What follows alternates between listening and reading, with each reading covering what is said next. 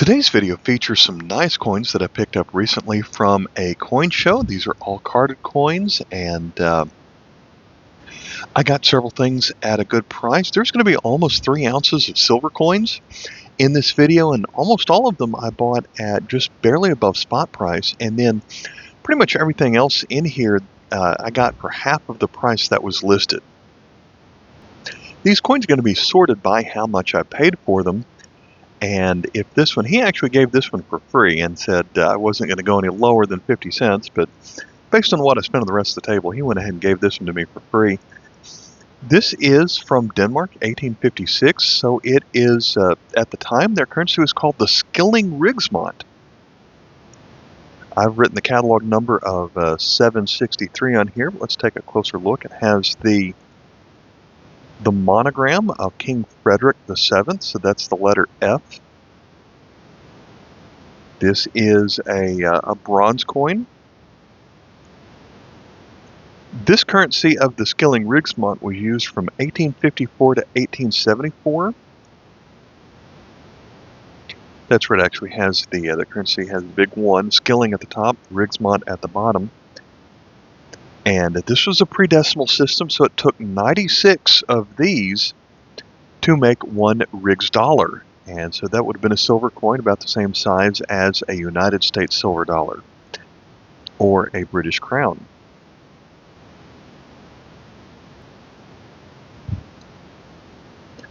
Next, we're going to move to a coin from Mozambique. This was a design of any of the countries that were ruled by Portugal at the time. So this one dates back to 1971. It's a 5 escudos.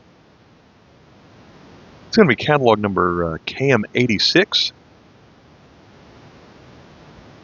At one time, this coin would have been silver, but not by 1971. So I paid half of the price on this one, so I paid 50 cents for this. There's where it says Portugal on the other side. So most of the coins I find from Mozambique are their Portugal-controlled coins, but this one is when they made their own coins, when they were independent from Portugal. This is from 1982, so just 9 years after the previous coin. So they still had a 2.5 coin, but they replaced the escudos with the meticais.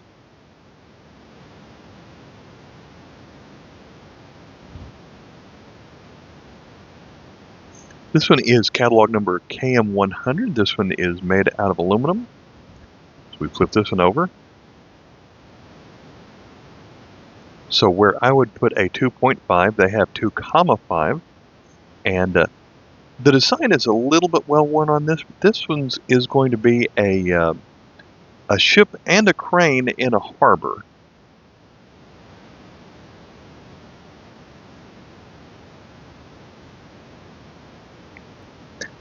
In 1982, Spain hosted the World Soccer Championships, which are now known as the World Cup. I think it had a different name at the time, but a lot of their circulating coins featured the World Cup, and I see the 5 peseta coin pretty frequently from about that time. So this one is the 100 peseta coin, which I have never seen before. So it has España 1982 on it, but the actual date is inside of a star, and that says 80 there at the very bottom. Catalog KM 820. And so one other thing that I've never seen on Spain's coins before, this one has logos of 5 different kingdoms. The lion, and I think of the castle when I think of Spain coins, but I think it's neat to see how that they put the 5 kingdoms on this coin. I think it's 5 and not 6 with a soccer ball at the top. This one, I guess the downside of being inside of a flip is you can't see the edge lettering on here where it says Una Grande Libra, which translates to one great free. Flip this one over, it still has one Carlos I on the other side. So, nice larger 100 peseta coin. Now we're going to move to a coin from Yemen.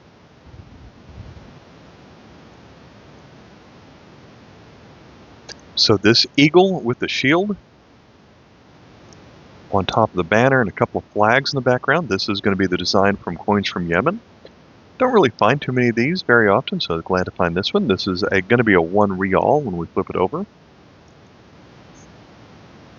So it has 1 with the word rial written under it, and then the date below that of 1305 on the Arabic calendar, 1980 on our calendar, 1985 I should say. So the words that go across the top essentially translate to the Central Bank of Yemen. And so this was a currency which began in 1974. That's when they began their decimal currency. This next coin is from Vietnam, and I'm surprised that I've never seen it before. It comes from the era in the history of Vietnam where we find most all of the other coins with the 1, 5, 10 dong. This one is made out of bronze. So this is going to be considered the South Vietnamese Second Republic. And I think that's what it says in the words that go around the edge here, but it's the number 10 on top of a kind of a sunburst. Catalog KM13.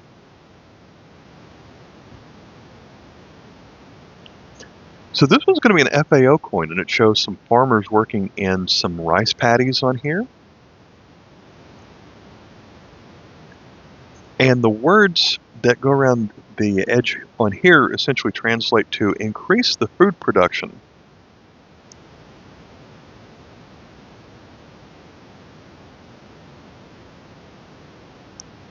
So I thought that one was a neat pickup. According to the catalog, I actually overpaid a little bit for this one. If I paid half of $1.50 at 75 cents, the catalog says it's only 60 cents, but at that price, I'm surprised I've never seen it. Here is a late 1800s coin from Italy. We see large copper coins from a lot of the biggest countries. Fairly often, I would say, some of the most easiest to find 1800s coins are going to be these large copper coins from the late 1800s. This one is going to be from Italy. The bottom there, the mint mark here, is a letter B with the letter I on top of it. We can get it to zoom in, focus on that. It is a little bit well worn. And then this one's probably better shape than I typically find it. Usually these are pretty easy to find in good condition, which means almost none of the details are around. So maybe this one's in fine condition, but the ruler of the time was Umberto I. That BI mint mark stands for Birmingham, which later became known as the Heaton Mint. So if you've seen some other coins from the Heaton Mint, at one time they had a BI mint mark. So for this coin right here, this is going to be a design for all of the French-controlled territories as of 1948. So I've seen this design on maybe 10 or more different places. It's an aluminum coin made in 1948. It has some Parisian mint marks on either side of it. So we have to flip it over to see which country it's going to belong to, and that's going to be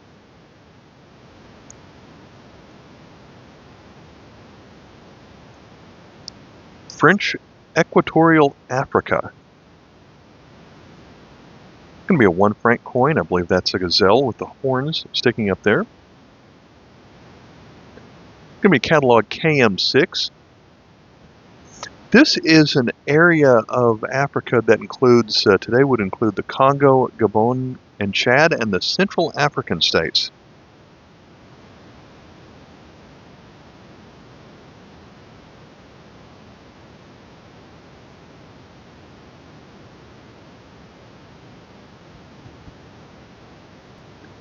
This next one was a little bit of a mystery when I was looking for it.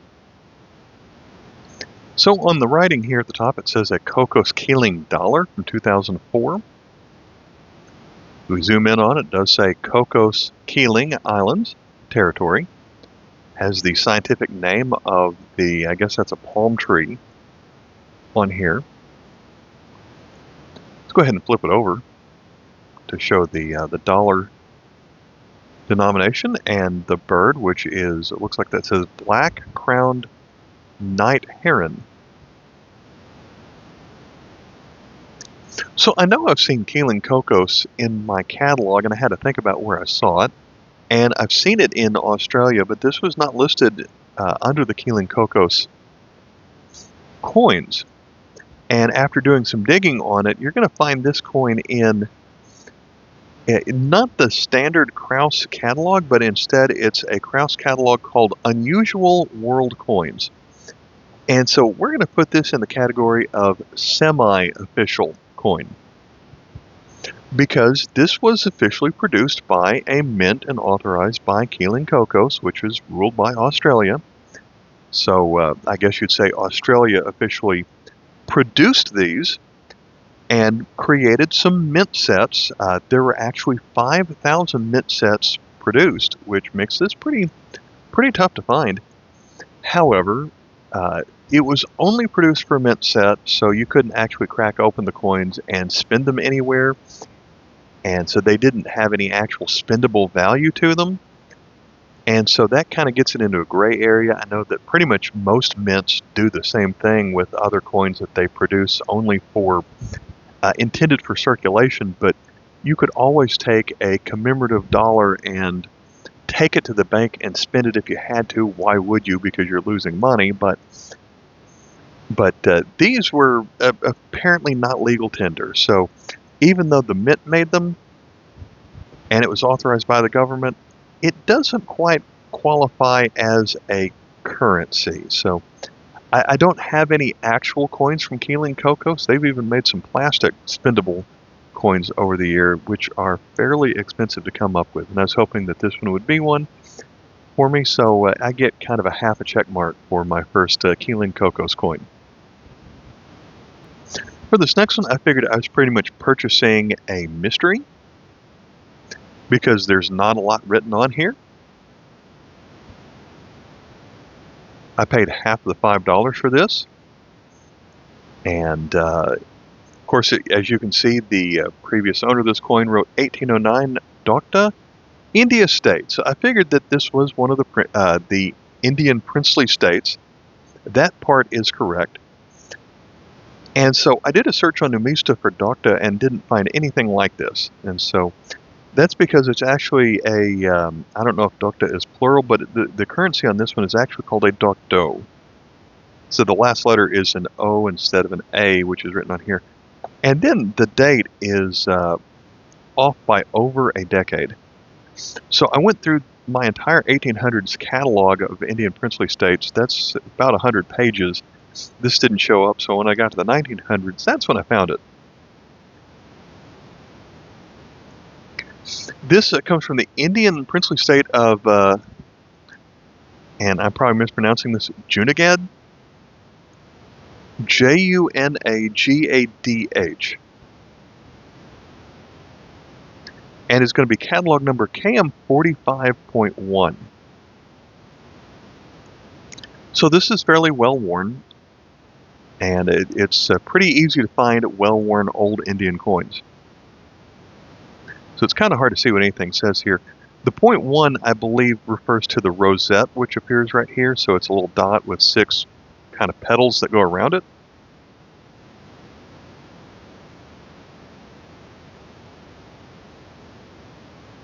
Go ahead and flip it over to the other side where it has some Arabic writing on it that I'm not able to read. But this was actually produced circa 1907 to 1910. If I could see more detail on some of the characters right here, the important detail is so well worn, it would be about right here where the tip of my fingernail's pointing, and that spot's kind of well worn. The other 3 characters are visible, which would be the same on any of the years. But this comes from the when the prince at the time was Rasul Mukhan. This is the last coin of the video, which is not silver. It's not silver, even though it has silver written on it. And so as I went to the box, I thought that was kind of wild. And the dealer said, yeah, I can guarantee you that is not silver, and was not going to charge me the prices that are written on here. So, of course, you can see someone wrote If it's extra fine, the catalog says it's $27.50. If it's uncirculated, it'd be $42. I'm going to split the difference, call it $35. No, because when I looked at my catalog, there were 4 coins all in a row that were about the same. 2 of them were made of silver, 2 of them were made of copper nickel, and only one of them had a picture because they were all very similar. I hate it when the catalog does that, but I guess they can't include everything. So this is not KM24, it's not silver, and I paid $3 for it. It is from Bhutan. It is a half rupee.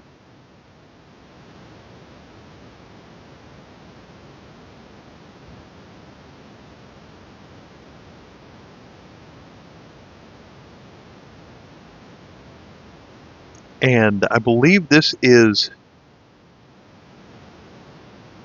King Jigme Dorje. As we flip it over and look at the back, this is separated into, I guess you'd say, 9 different panels, and all but the middle of them are show different things from Bhutan's culture. In particular, I remember this top one here was called the Fish of Good Fortune. And so really the distinguishing between all of the versions of this coin is what is written in the middle. And of course I can't read that, but this version has extra symbols, or 2 rows of symbols right here at the top, which don't appear on some of the older versions of this coin. And so that's going to translate, everything in there translate to essentially say this is the year of the tiger, if you look at the Chinese year of the different animal calendar, which would have been 1950. So essentially this is saying a calendar date of 1950 on here. However, it wasn't actually produced in 1950. It was actually produced from 1955 to 1968. And so that makes it a lot newer than 1928, which it says on here, which was originally confused with whoever owned this coin originally. So let's get to the silver coins. We have this coin from Germany. A proof coin that does have a lot of toning around the edge for Carl Zeiss, 1816 to 1888. And I might as well just go ahead and pull this one out of the holder. It's not going to hurt it because I paid spot price, barely over spot price. What he did for all of these coins was he looked up the spot price and then rounded it up to the nearest dollar. Let's go ahead and look at the this side. Pretty much going to stay the same for most German coins. 10 mark, 10 Deutschmark with an F mint mark.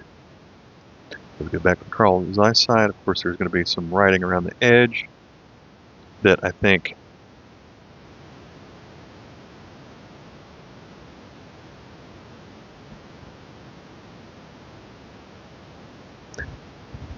so I'd heard the name Carl Zeiss before. I didn't know he had anything to do with microscopes. Instead, my other hobby is photography, and I have seen a lot of high-end Carl Zeiss branded lenses.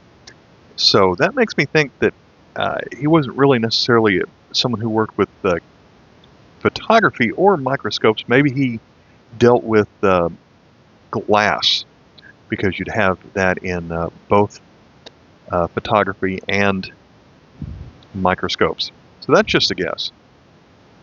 So there is a brand of Carl Zeiss lenses out there. But neat to see this coin. And so the notes that we have on here, it's a proof coin, 10 mark. I paid $9 for it. West Germany, catalog cam 169. Flip it over. So 62.5% silver, almost a third of an ounce.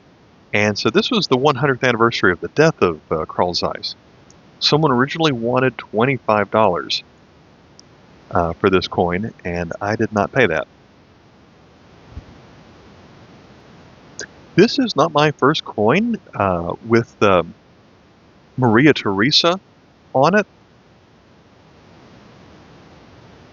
Maria Theresa, I believe, was a ruler of Austria in the late 1700s, and in the world coin community, I think she is best known for there is a Maria Theresa dollar, or thaler, which was produced in when she was in during her reigns in the late 1700s, which has been reproduced many, many, many times by many different places since then. I have one, and they all look about the same, so you can't tell what's an original and you can't tell what is not an original, but when you find one, it's probably not an original, but you should be paying spot price anytime you find one of those. But I paid spot price for this one. So it's a 25 shilling coin. A lot of the Austrian coins make 25 and 50 shilling coins. The 25s are usually 80%. I've written that on here. And then the 50s are going to be sterling. So this one's right at 1/3 of an ounce. KM, catalog KM 2901. And then this was made in 1967, commemorates her life from 1717 to 1780.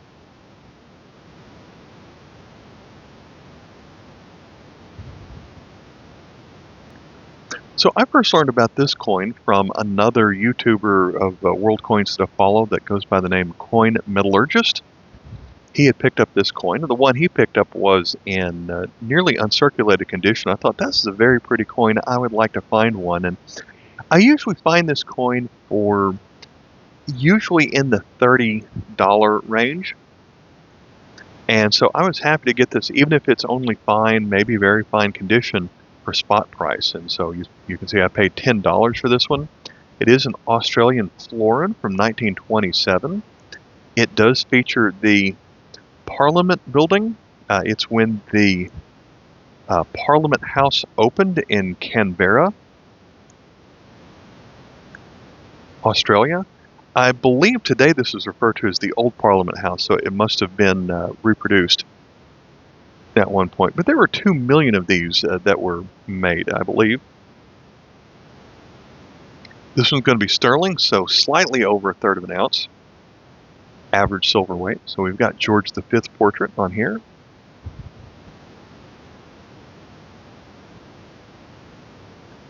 So very happy to have this one. I might upgrade it someday. The date would actually be here in the middle of this layer right there. That almost looks like a little medallion on top of the coin. It would have 1927 etched to it. That too is very, very light. Glad to have it.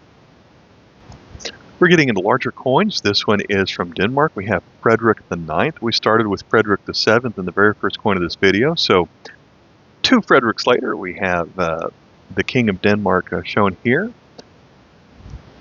And this is going to be a 10 kroner from 1967 for the royal wedding, which is going to be Princess Margaret, who eventually did become the queen, married to Prince Heinrich on the 10th of June, 1967. This is an 80% silver, so a little over 1/2 of an ounce of silver on this one, and I paid $16.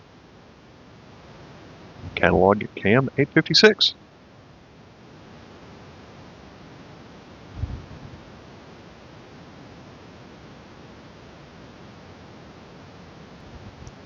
I picked up this coin, and he said, you are most definitely not paying $5.50 for this one. So that just goes to show you how old this flip is for this to have been written on there. So we were talking about Austria a moment ago, how they've got the 25 and the 50 shillings. This one's going to be the 50 shilling coin, and it is 90% silver, so 0.5787 ounces, catalog KM 2908. So a lot of these Austrian coins have commemorative coins have essentially the same design on the back. It has the Shield of Austria and then 9 other shields for the 9 different, I forget if you call them states, provinces, territories, the 9 different geographic divisions of the country of Austria, all written on the back. But this specific one is featuring Innsbruck University, as 1970 was the 300th anniversary since it was founded in 1670. So I did not pay $5.50, I paid $17 for this one.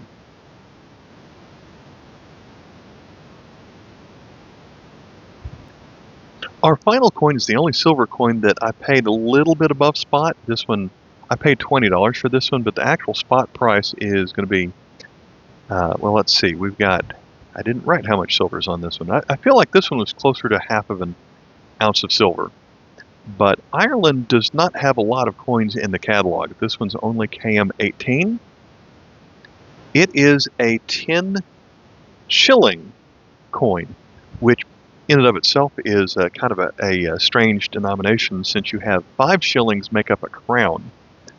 But by 1966, I guess they weren't putting silver in their crowns anymore, really using silver coins anymore. So this would essentially have been about the same as a double crown. The book value does say about $40 on this one.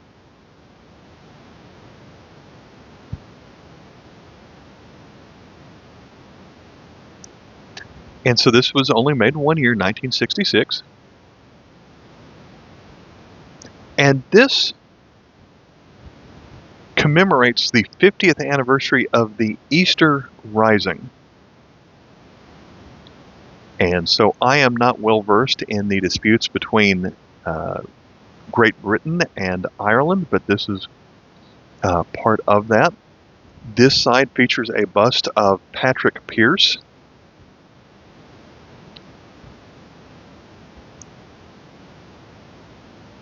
And best I could get on this side is that this is a statue of a mythological hero. It's a replica of a statue which appears inside the Dublin post office. So, hard to tell in this flip, but it's a very thick coin. So it might be as thick of as an ounce coin, maybe sooner. The flip's barely able to hold it in there.